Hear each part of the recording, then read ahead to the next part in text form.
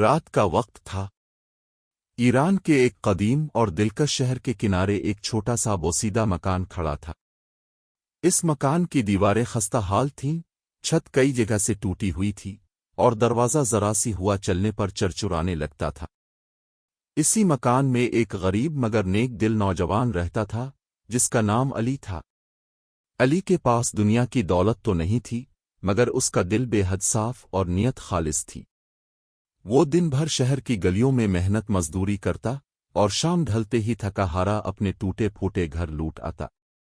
نہ اس کا کوئی اپنا تھا، نہ کوئی ایسا دوست جو اس کے دکھ سکھ میں شریک ہو سکے۔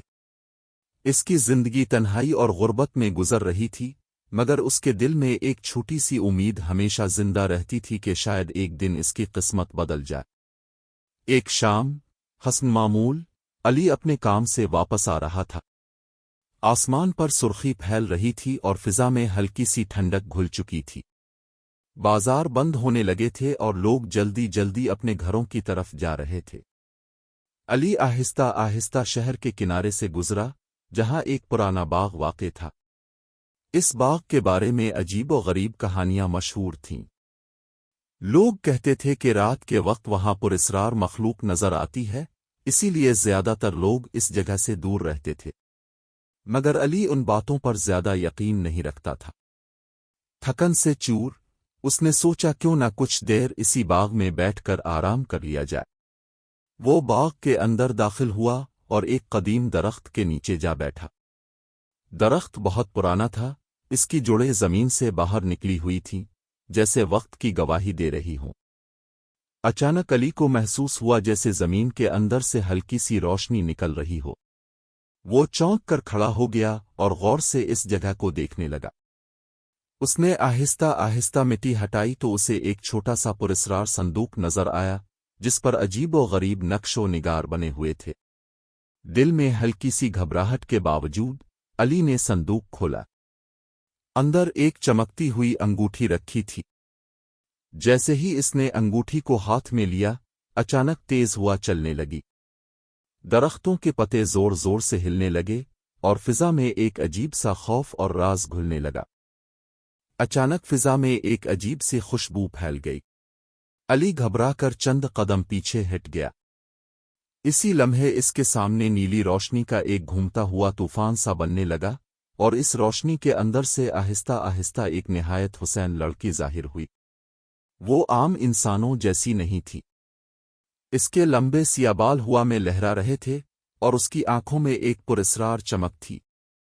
اس کا لباس چاندنی کی طرح دمک رہا تھا، جیسے وہ کسی اور ہی دنیا سے آئی ہو۔ علی حیرت میں ڈوبا اسے دیکھتا رہ گیا۔ لڑکی نے ہلکی سی مسکراہٹ کے ساتھ کہا، ڈرو مت، میں تمہیں کوئی نقصان پہنچانے نہیں آیا۔ علی نے کپکپاتی آواز میں پوچھا، تم کون ہو؟ لڑکی نے نرمی سے جواب دیا، میں ایک جنو ہوں، میرا نام جمرود ہے۔ یہ سن کر علی کا دل زور زور سے دھڑکنے لگا۔ بچپن میں اس نے جنوت کی کئی کہانیاں سنی تھیں، مگر کبھی یہ تصور بھی نہیں کیا تھا کہ وہ حقیقت میں کسی جنو کو دیکھے گا۔ جمرود نے اس کی طرف دیکھ کر کہا، یہ انگوٹھی میری ہے۔ کئی سال پہلے ایک ظالم جادوگر نے اسے مجھ سے چھین کر یہاں چھپا دیا تھا۔ تم نے اسے ڈھونڈ کر مجھے آزاد کر دیا ہے۔ علی حیران ہو کر بولا، میں نے تو بس اتفاق سے اسے نکالا تھا۔ جمرود مسکرائی اور بولی، یہ محض اتفاق نہیں، یہ تقدیر تھی۔ تم نے میری مدد کی ہے، اس لیے میں تمہاری ایک بڑی خواہش پوری کر سکتی ہوں۔ علی کچھ دیر خاموش رہا۔ اس کی زندگی مشکلات سے بھری ہوئی تھی۔ اگر وہ چاہتا تو دولت مانگ سکتا تھا، ایک شاندار محل، آب پناہ طاقت، مگر اس نے آہستہ سے کہا، میں صرف یہ چاہتا ہوں کہ میری زندگی میں خوشی آ جائے۔ جمرود نے حیرت سے اس کی طرف دیکھا۔ عموماً لوگ دولت اور طاقت مانگتے تھے، مگر علی نے صرف خوشی مانگی تھی۔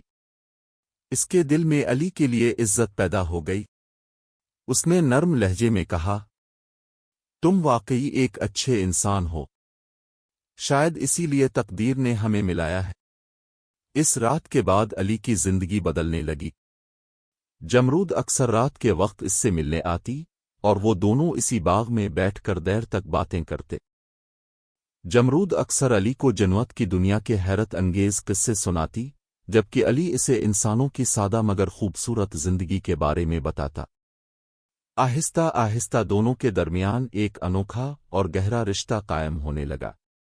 علی کو احساس ہونے لگا کہ وہ جمرود کے بغیر اپنی زندگی کا تصور بھی نہیں کر سکتا، اور جمرود وہ بھی پہلی بار کسی انسان کے لیے اپنے دل میں محبت کی روشنی محسوس کر رہی تھی۔ مگر اس محبت کے راستے میں ایک بڑی رکاوٹ تھی۔ جنت کی دنیا کے قوانین کے مطابق کوئی جنو کسی انسان سے محبت نہیں کر سکتا تھا۔ اگر جنت کے بادشاہ کو اس راز کا علم ہو جاتا تو ایک خوفناک انجام ان کا انتظار کرتا۔ ایک رات جب جمرود معمول کے مطابق باغ میں آئی تو اس کے چہرے پر پریشانی صاف نظر آ رہی تھی۔ علی نے فوراً پوچھا، کیا ہوا؟ تم اتنی فکر مند کیوں ہو؟ جمرود نے دھیمی آواز میں کہا، ہماری ملاقاتوں کا راز زیادہ دیر تک چھپا نہیں رہے گا۔